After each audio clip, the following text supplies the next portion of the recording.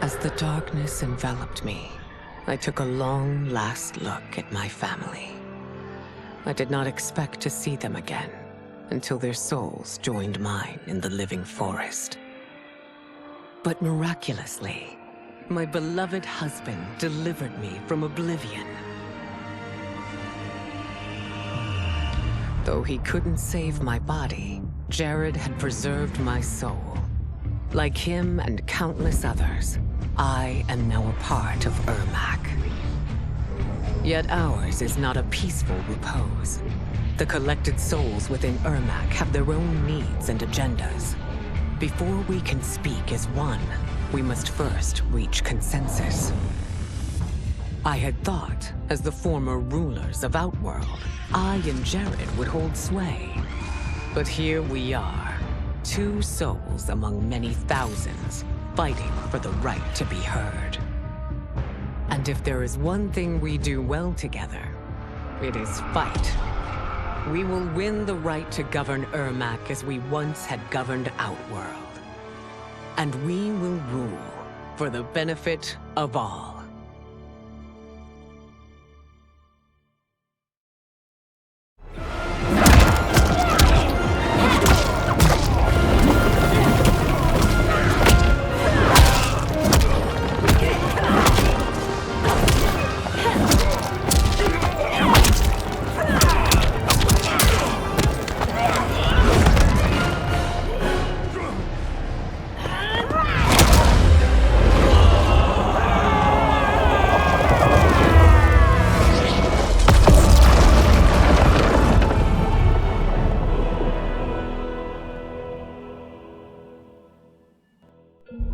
Though worried about how the public might react, I met with Baraka to discuss his Tarkatans. Speaking from his heart, he moved me. I agreed to visit his colony and see how his people lived. The conditions were atrocious. This was one of my mother's few mistakes. Like all Outworlders, she treated Tarkatans with scorn. What they deserved from us was compassion. And the only way to get it for them was to reveal my affliction. To show all my subjects that even an empress could get Tarkat. The scandal my revelation caused was intense. But with the help of Kitana and Tanya, I emerged from it a stronger empress than ever. My honesty, empathy, and resolve won over my remaining doubters. There is no longer any question that I am fit to lead the Empire.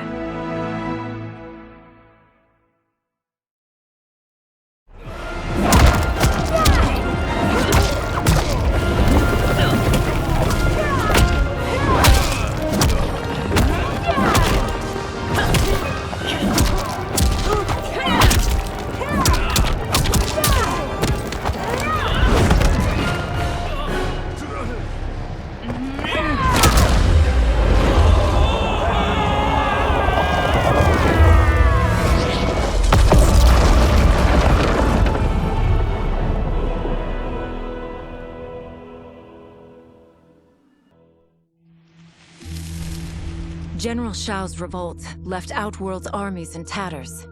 We were vulnerable to enemies both foreign and domestic. That's why my sister asked me to take command, to stitch her military back together and purge Shao's loyalists within it.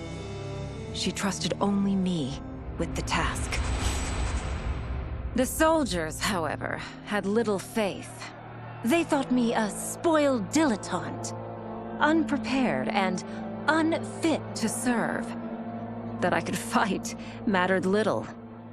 All that mattered was that I wasn't one of them. I finally earned their loyalty by orchestrating an epic victory over Shao and his rebels. Though the general himself escaped, his forces were smashed. For as long as I am able, I will lead the Empress's armies in defense of Outworld. Through strength, we will achieve peace.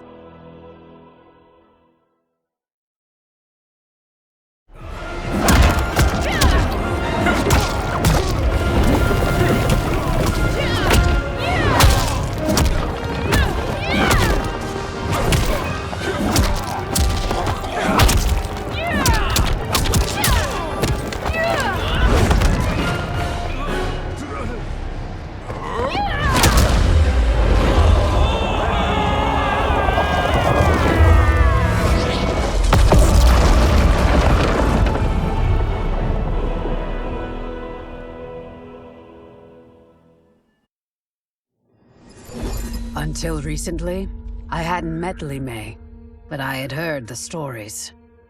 How the Umgadi's matron superior blamed her for not preventing Emperor Jared's murder. How she quit in disgrace rather than accept punishment. But those stories didn't fit the woman I now knew. Li Mei would never have been so negligent.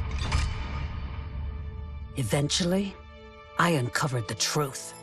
The failures and mistakes which led to the Emperor's murder, they resulted from poor decisions made by the matron superior themselves. They made Li Mei their scapegoat. When the Empress found out, she wanted the Umgadi disbanded. But I convinced her that it could be reformed. To make sure it did, she put me in charge. I am humbled by this sacred responsibility. The Umgadi, my sisters, they are my life. I will not let them be brought down by the acts of a selfish few.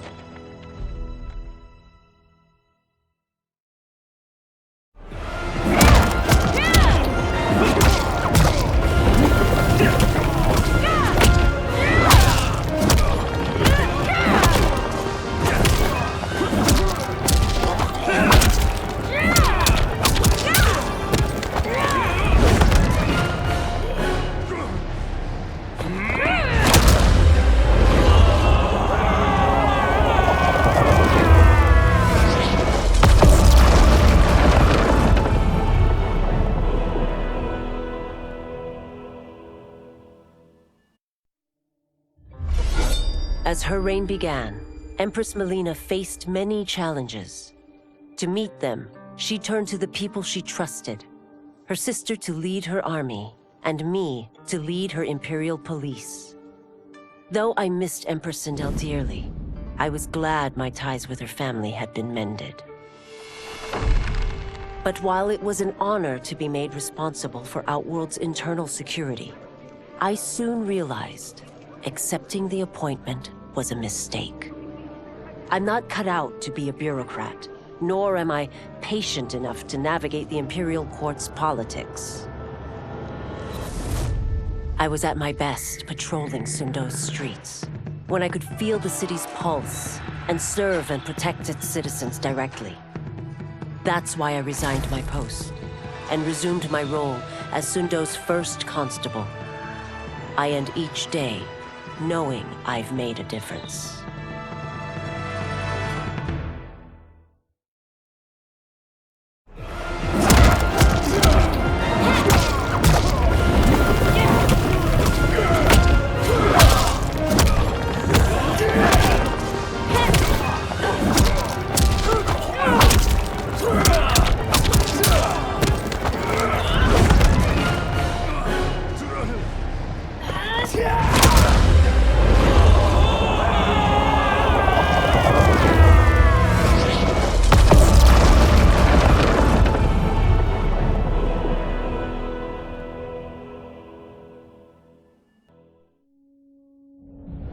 After fleeing Outworld, I hadn't expected to return.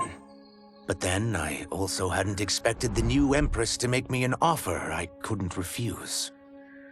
To thank me for helping stop General Shao's rebellion, she asked me to be her emissary to the Zaterrans. Going home, bearing the seal of the royal house, I would show, once and for all, that my mutation wasn't to be feared. That it wasn't a source of shame. To my surprise, I was welcomed. But those warm smiles hid a dark secret. I stumbled upon a trove of official records, which showed that my shape-shifting ability isn't unique. Many Zaterrans are born with it, but are killed by their government to keep it from spreading. Who started this barbaric policy? Who is now enforcing it is unknown. But I will find out. And I will put an end to this madness.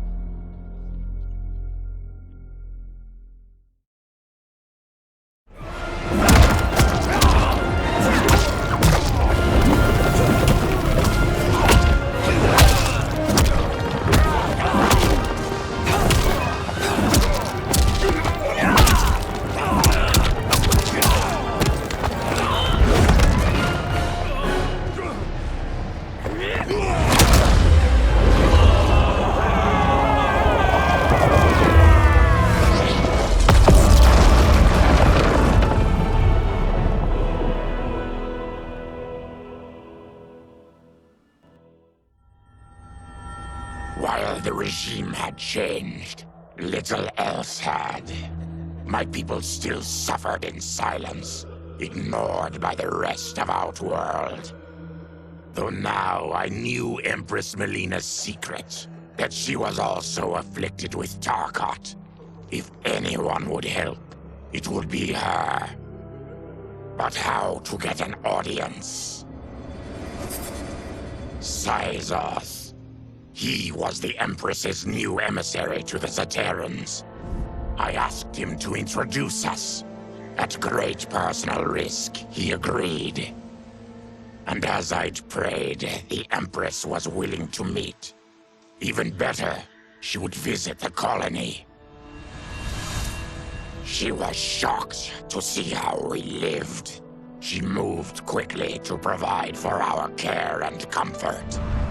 Thanks to the Empress and Syzoth, we Tarkatans are no longer pariahs. Until our disease can be cured, that will do.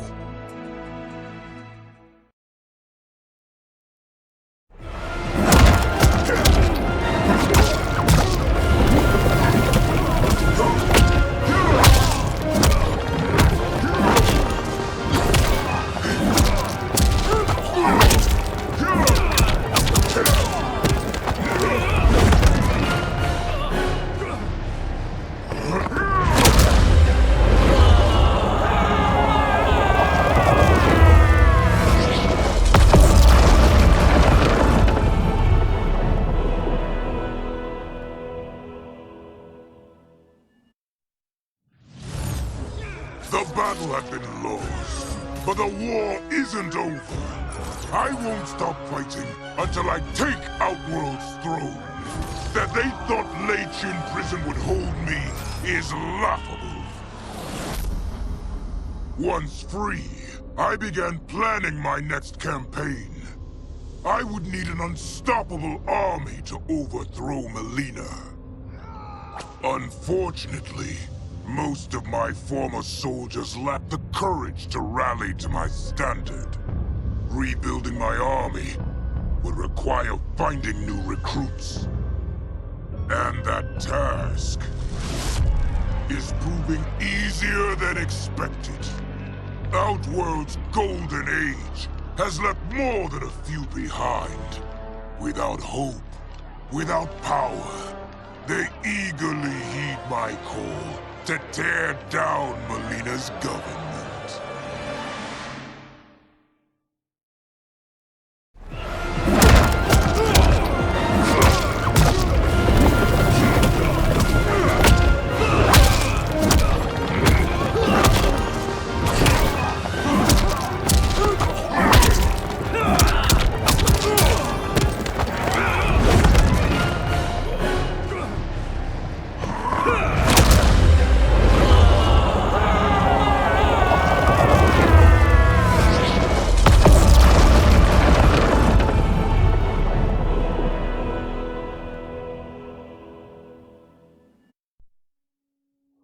With General Shao freed from prison, we began raising a new army against the royal family.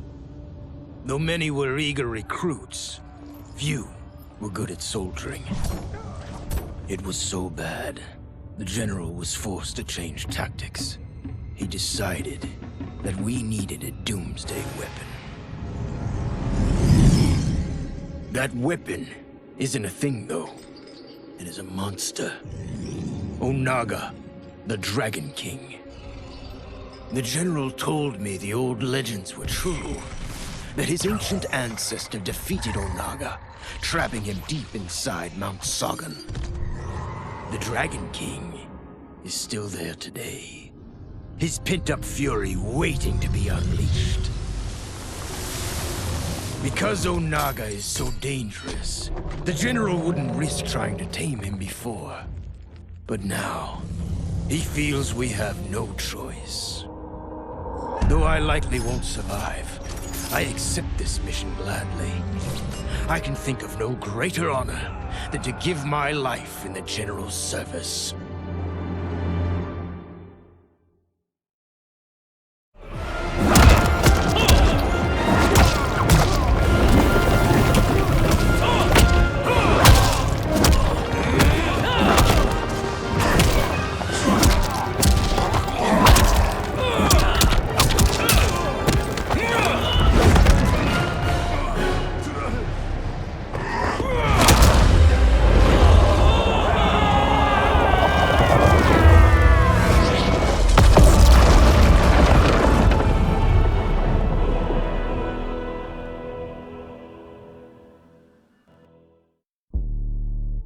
After escaping Lei Chin prison, I was hounded by the Imperial Police.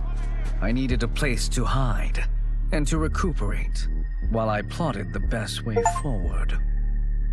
I knew the remote canton of my youth would be perfect. To escape capture, I traveled by sea. Little did I know that a gargantuan storm was brewing. My tiny craft was smashed apart. I closed my eyes, waiting to drown, hoping that the NetherRealm wouldn't claim my soul. But when I reopened them, I found myself not in hell, but on a deserted island.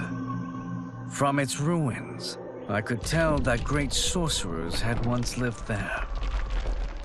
In the caves beneath the ruins, I found what I can only describe as a well of souls. Once I learn how to wield its power, I will become invincible.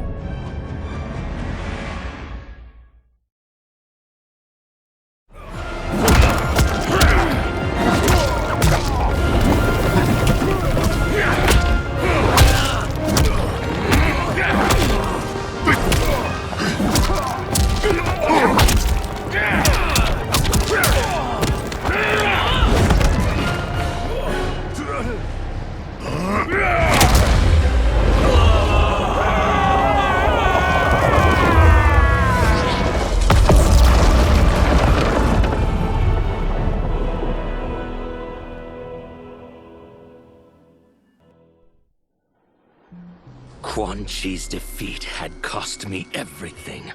For months I had furthered his plot, and now I had to start over. Saido's people were still in chains. That's when Rain approached me. On the run from Empress Melina, he was desperate for help. And though I'd had my fill of sorcerers, this one was different. I agreed to provide him safe haven. He agreed to help topple Saido's government. And topple it we did. Rain summoned a wave so fast, so powerful, that it crushed the capital. Saido's fascist rulers were swept away. My people are finally free. They can chart their own course, needing only to follow their own desires. Their lives are now blessed by anarchy.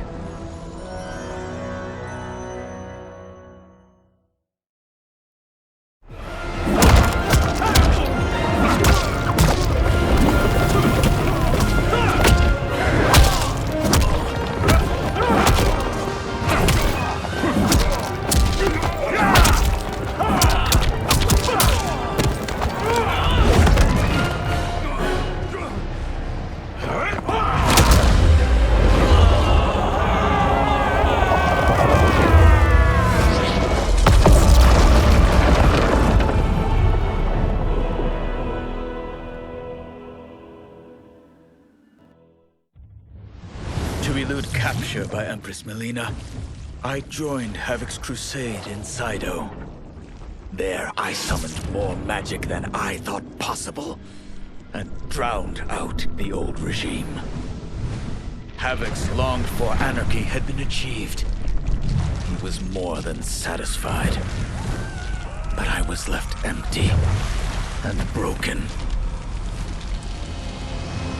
Had I been satisfied as Outworld's High Mage, not let myself be tempted by Shang Tsung, a great city would not now lay in ruins. I've caused devastation, ended thousands of lives, all because of my blind ambition. I've betrayed my oath, my sovereign, and my realm. These high crimes merit punishment, and I'll accept whatever the Empress gives me. My only ambition now is to one day be forgiven.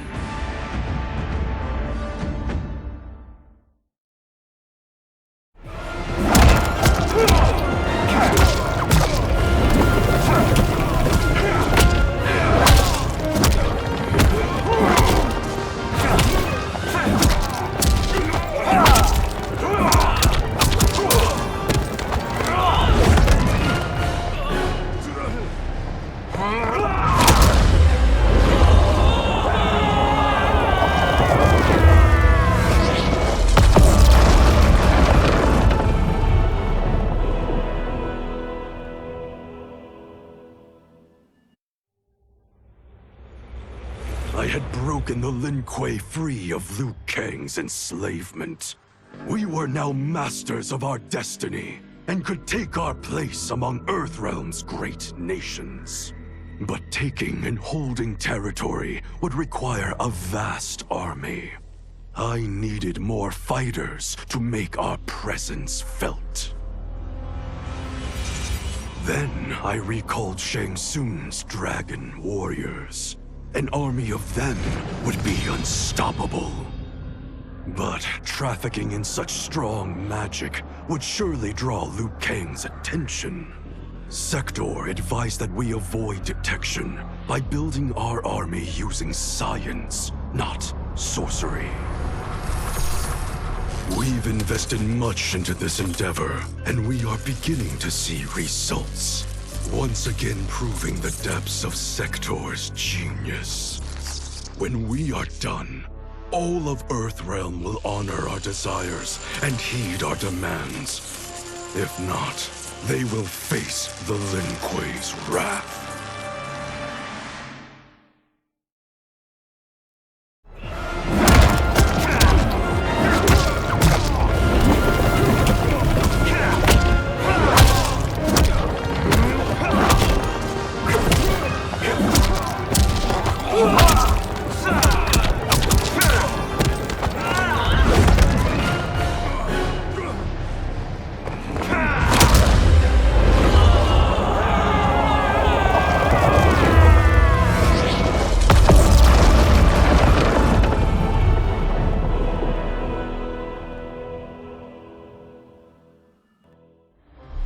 No sooner had Titan Shang Tsung been defeated than Bihan and his loyalists hunted us down.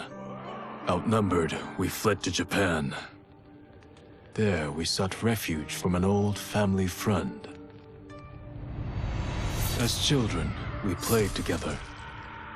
But Harumi Shirai was a woman now, the head of her clan. Her strength, beauty, and intellect awed me. Also incensed by Bihan's betrayal, Harumi agreed to help me forge a new clan, one that would stand against him and defend Earthrealm. Her aid proved invaluable, and as time went on, we grew closer. To honor Harumi and pay respects to my new bride, I named the clan after her, calling it the Shirai Ryu. Now the battle against my brother begins in earnest. The Shirai Ryu won't rest until Bihan is defeated and the Lin Kuei's honor restored.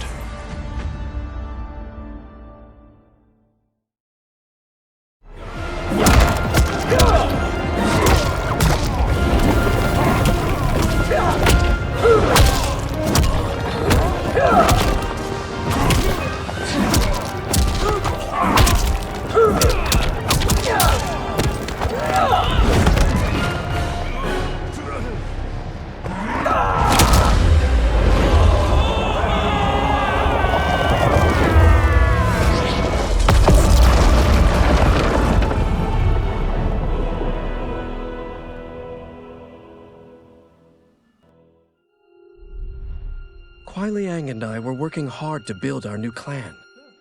But even with the help of his close friend Harumi, it was difficult. The biggest problem was finding the right initiates. Then, one night, while walking outside Harumi's compound, I was attacked. I thought at first it was a Lin Kuei assassin, but his strikes were too uncertain, too angry.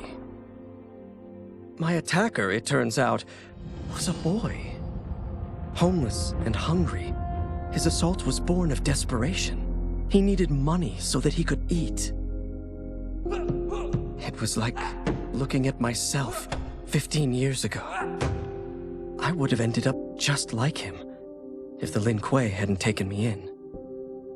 So I took the boy to Kuai Liang, who also appreciated his fire. We made him our first initiate. The boy's name? Hanzo Hasashi.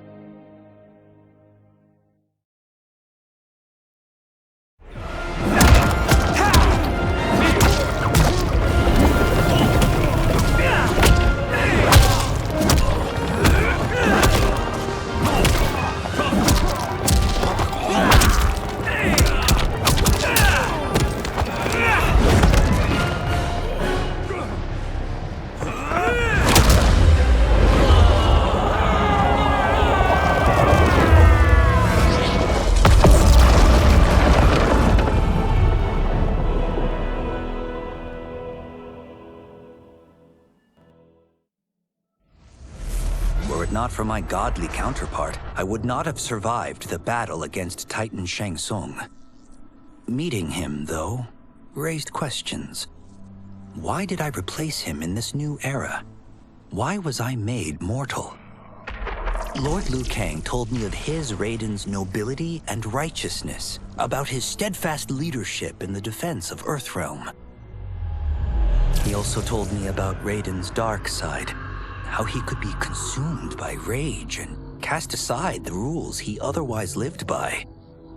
Making me mortal and incapable of such anger was to keep me from following in his footsteps. Though I understood the reasons why, I felt I had been done a disservice. To survive the coming battles, I may need the edge that only great rage can bring. As the Shaolin couldn't aid me, I sought out someone who could. Someone to stoke the fire within me and teach me to master it. For this, I could have no better teacher than the Shirai Ryu's Grand Master.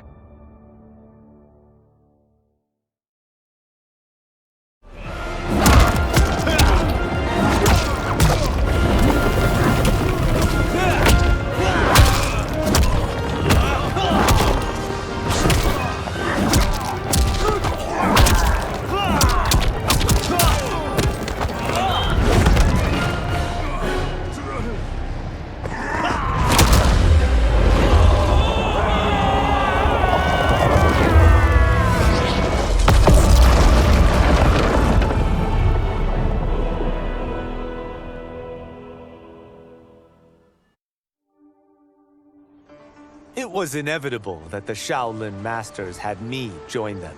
They knew just how much future initiates could learn from me. Shujinko was one of my earliest. His ability to absorb anyone's powers and skills was amazing. With the right training, he could become our greatest champion. I knew that I alone could give it to him. But as his proficiency grew, so did his ego. In love with himself and his power, Shujinko became a threat to the realms. He hadn't learned humility, because I wasn't the one who could teach it. I should have listened to Raiden's warning and not tried to train Shujinko alone. After he was subdued, Shujinko's accumulated abilities and memories were taken from him. He is once again a new initiate, ready to begin his training. This time, Raiden and I train Shujinko together. He will become the champion he is destined to be. And I will fulfill my duties humbly and cooperatively.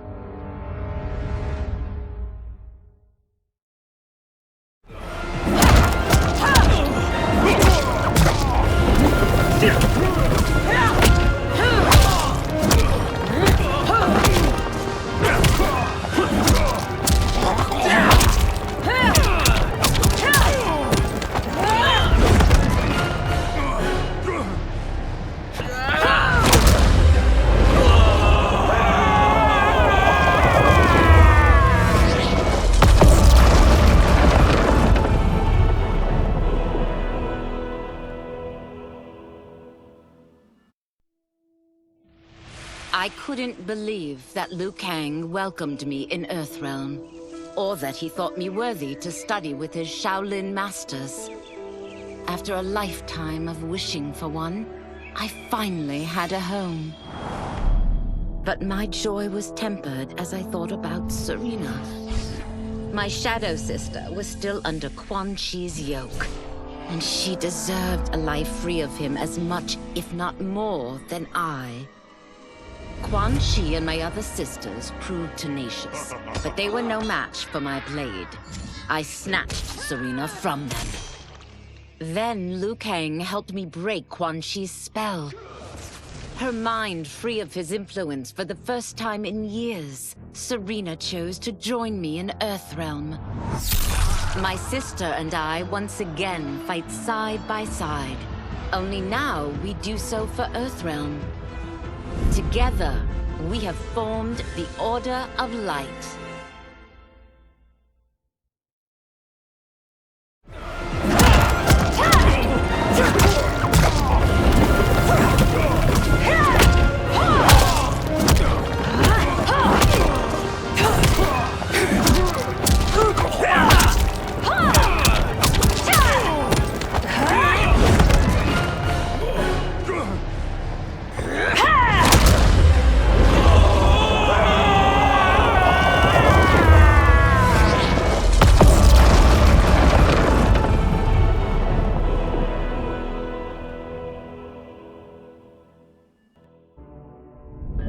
Quan Chi's plot collapsed. Along with it, my plan to secure new beings to feed my starving people. Because I'd advocated for partnering with him, I was held responsible. If I didn't seize for Viternus' new feeding grounds, the Coven would banish me. But then, I had a revelation. I didn't need to conquer realms to feed my people. I simply needed to capture enough beings to breed them. Once they multiply, Viternus will have a limitless, renewable source of food. And I only need a few thousand to start. A number so small compared to the billions in the realms that no one will notice as people go missing. But it will be more than enough to establish our breeding stock and feed a ravenous Viternus.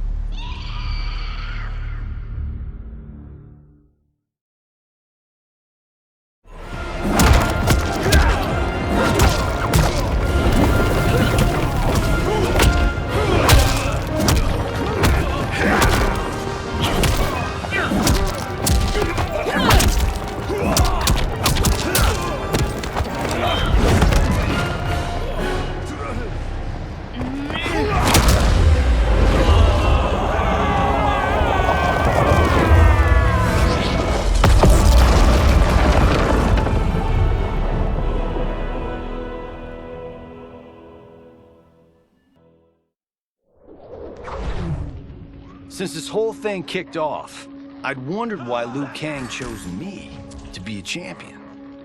I mean, sure, I was killing it as a martial arts star, but it's one thing when it's all for show. It's different when you're playing for keeps. Then Liu Kang let me in on his master plan. He wanted the masses to know about the world beyond them, the one filled with gods and monsters. And he wanted me to tell him about it. But I knew revealing the truth all at once would be too shocking of a plot twist for most. That's why I pitched doing a bunch of stories, to slowly get people used to it. And if there's one thing I can do, besides kick ass in combat, it's build a cinematic universe. I'm serving up movies, streaming series, games, you name it. I like that I'm doing a public service. And it doesn't hurt that I'm making more than a few bucks. It's the kind of synergy that would make any studio mogul proud.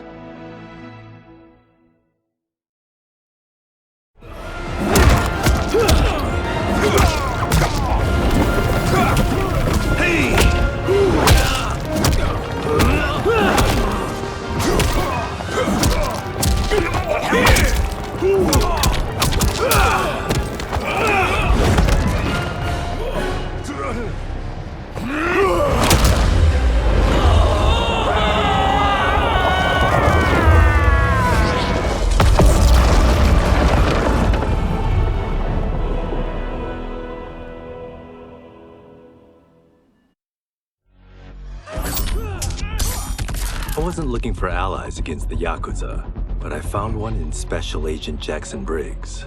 He'd heard gangsters plotting to kill me on a wiretap and came calling, hoping I'd be his informant. We planned to part ways when we got the job done, but then Shang Tsung showed up to steal Sento. Needless to say, Jackson had questions. It blew his mind to hear that the stories in Johnny's movies were real. Once the shock wore off, Jackson quickly sized up the threats EarthRealm faced. To deal with them, he got his bosses at the FBI to form the Outworld Investigation Agency. When he asked me to sign on, I hesitated. After all, me? A government agent?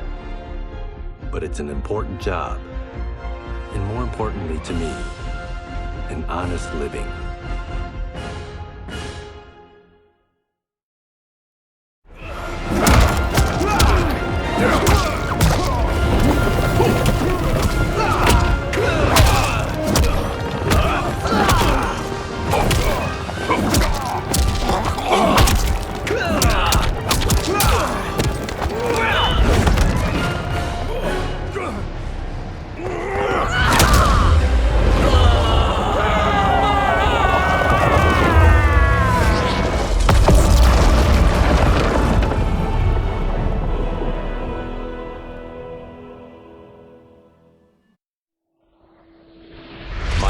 Partner had warned me. Reclaiming my power as Keeper of Time might have unforeseen consequences. In this, as in most things, he proved prescient. The process I had undergone did irreparable harm to my body. Taking back my power had cost me my immortality. While my lifespan would still stretch across eons, I would one day perish. And if the war with Titan Shang Tsung taught me anything, it is that this timeline is not safe without a protector. Yet I had never given thought to choosing a successor. Who is it that could replace me and protect my new era? The answer, of course, is Geras. Tireless and meticulous, he is perfectly suited to be entrusted with this grave duty. And no one knows better the temptations of the hourglass. I have no doubt he will be above them.